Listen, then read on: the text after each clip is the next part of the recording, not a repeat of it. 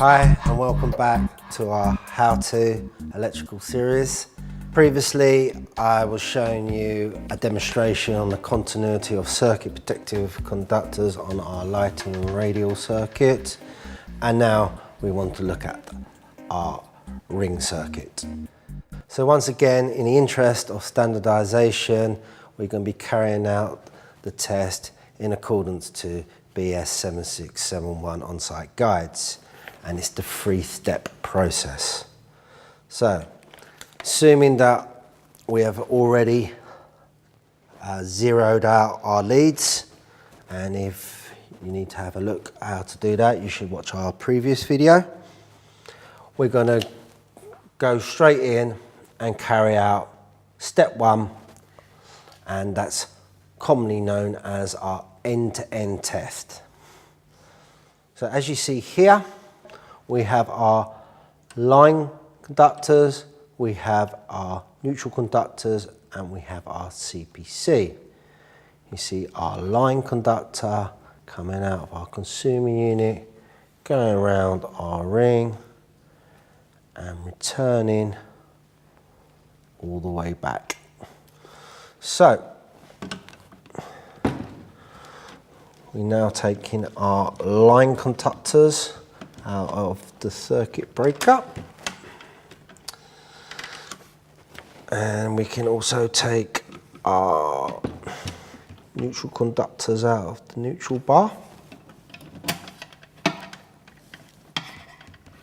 like so, and as well we can take out our CPCs.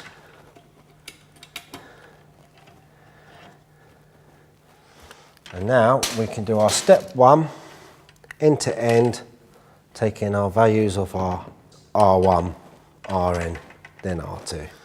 Simply apply our crocodile clips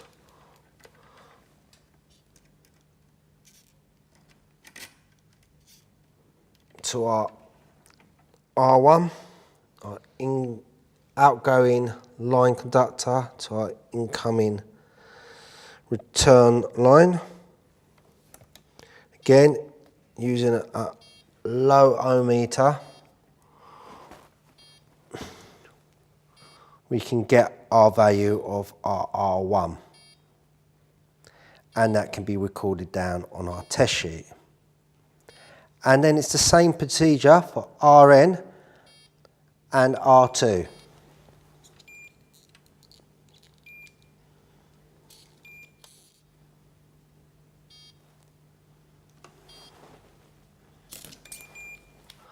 Our R1 line, our step 1 end-to-end test, and on our circuit we got a value of 0.06, and our neutral, our Rn, was the same value, 0.06, and our CPC was slightly higher, a value of 0.08.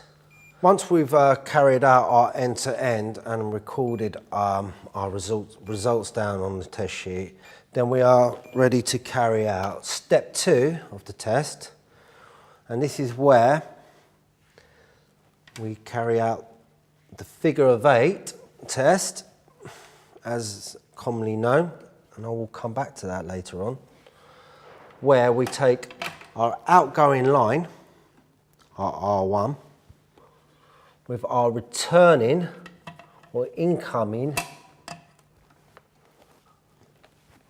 neutral or Rn.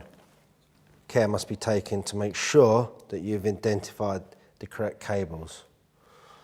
Once we've done that, we can then join them together to create a loop. And then we can take the other 2 legs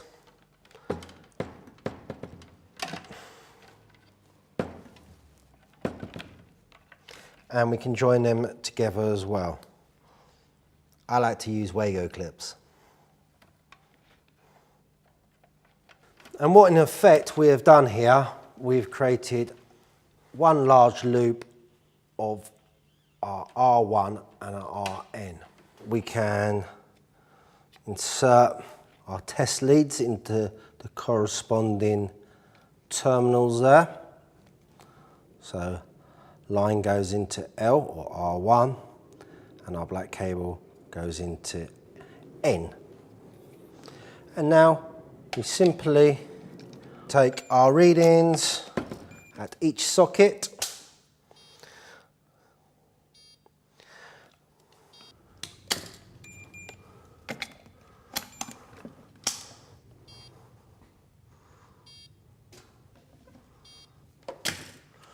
Again, we do this on a low ohm setting,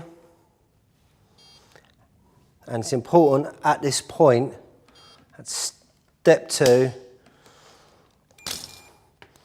that although we're looking for a low ohm reading, nothing is written down on the test sheet as nothing has been confirmed of yet. Step 3, which will not only confirm polarity along with step 2 together combined, but we can also ascertain our R1 plus R2 reading. And what we'll do here is we take our neutral cables or RNs out of the connector block or the Wago block, and we insert our CPCs, our R2s, and again we make sure it's the outgoing line with the returning CPC that go together, or if you like, opposites.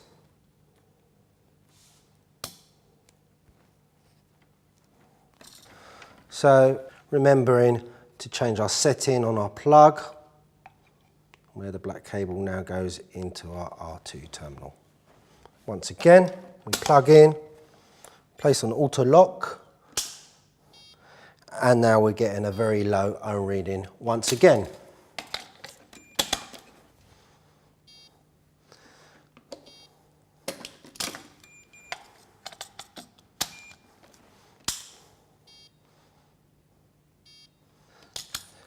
So now we've carried out step 3 of the ring circuit continuity test. We can record both our polarity and R1 plus R2 values on our test set. So having completed step 3, we can enter our value into our R1 plus R2 box, 0.03, and also given that we've carried out step 3 with step 2, we can also tick for polarity. So thank you, that concludes our continuity of ring final circuit conductors test. Please do watch the next video. It's called Figure of 8, and instead of telling you what to do, it explains more on why you do it. Thank you.